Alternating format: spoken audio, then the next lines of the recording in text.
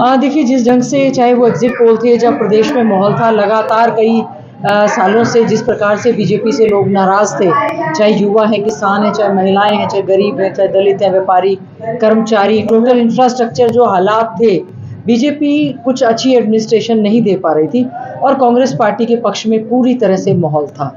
सभी को ये लग रहा था कि पूरी तरह से कांग्रेस पार्टी की सरकार बनेगी। जिस तरह से मैं झज्जर की अगर बात करूं, सुबह 8 बजे टेबल पर हमारे पोस्टल बैलेट वोट्स रख दिए गए थे और रात 7 बजे तक भी उनकी पूरी गिनती नहीं हो पाई। और सभी क्षेत्रों में यही है कि जो ईवीएम मशीनरी को लेकर 99% बैटरी, मतलब जिस दिन वोटिंग हुई है और काउंटिंग तक भी सेम बैटरी थी। तो इन तमाम चीज़ों को लेकर हमारे कांग्रेस हाईकमांड आदरणीय चौधरी भूपेंद्र सिंह हुड्डा जी और कांग्रेस के हमारे सभी शीर्ष नेतृत्व जो है इलेक्शन कमीशन में उन्होंने शिकायत दी है। इलेक्शन कमीशन एक संवैधानिक संस्था है, उनको इस बात का संज्ञान लेना चाहिए, ना कि केवल वो बीजेपी की ए या बी टीम बनकर काम करें। जो शिकायतें गई हैं उनका निपटान करने का काम इलेक्शन कमीशन को करना चाहिए। बहुत ही दुर्भाग्य का विषय है कि पूरे प्रदेश में केवल मात्र सुबह रिजल्ट दिखाए गए, उसके बाद सभी जगह पर जो है नतीजे रोक दिए गए, जबकि इलेक्शन कमीशन की तरफ से या उनकी नाकामी कह दो या उनकी चालाकी कह दो कि कोई भी एक एक मिनट में नतीजा बदल रहा था, लेकिन स्क्रीन पर केवल प्रेशर बनाने के लिए वही नतीजे घंटों तक चलते रहे। कहीं ना कहीं इसमें शक की सुई जाती है। शैलजा को कांग्रेस नेता भी भूपेंद्र हुड्डा पर निशाना लगा रहे हैं कि उनकी वजह से जिस तरह से शैलजा को इग्नोर किया गया, उस तरह से दलित के वोट नहीं मिले उनको और भी आ रहे। देखिए, किसी के भी सर पर ठीकरा फोड़ने से इस समय कोई फायदा नहीं है। उस समय भी हमें चिंतन करना चाहिए था, उस समय भी मिलकर चुनाव लड़ने की बात होनी चाहिए थी।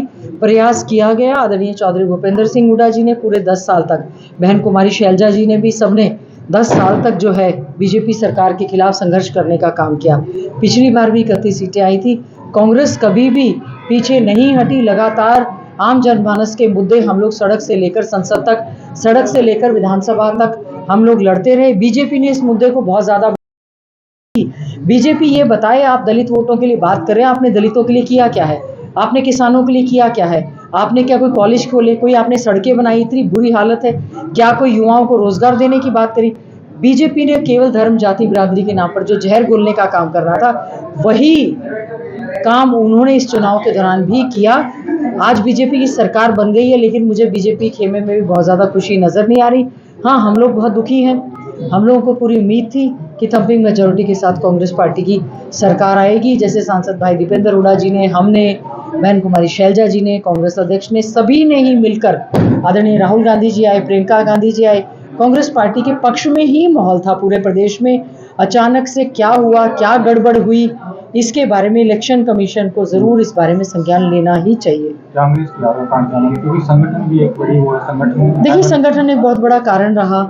एक ही लगातार हमने लोकसभा के चुनाव भी लड़े, विधानसभा के चुनाव भी लड़ लिए, और हमारा संगठन का ना होना बहुत बड़ा एक कारण है। लेकिन संगठन के अलावा लोकतंत्र में लोग महान होते हैं। लोग पूरी तरह से सड़कों पर उतरकर स्वागत करके और कांग्रेस के पक्ष में जो लहर चलाई लोकतंत्र में, इस महापर्व में लोग बढ़ चढ़ कर भाग ले रहे थे। और हमें उम्मीद थी कि बीजेपी की गवर्नेंस से पूरी तरह से वो परेशान है और इस समय बदलाव का माहौल था। हमें पूरी उम्मीद थी कि आने वाला समय कांग्रेस का होगा। लेकिन लोकतंत्र में जनता ने जो वर्डिक्ट दिया है, हम स्वागत करते हैं। लेकिन अगर ये चीटिंग के द्वारा लिया गया बीजेपी का जनादेश है, तो इसके लिए अंत तक हम लोग लड़ाई लड़ने का काम करेंगे। देश दुनिया की हर खबर सबसे पहले देखने के लिए फॉलो करें Dainik Savera TV, YouTube, Facebook, Instagram, X और व्हाट्सएप चैनल पर।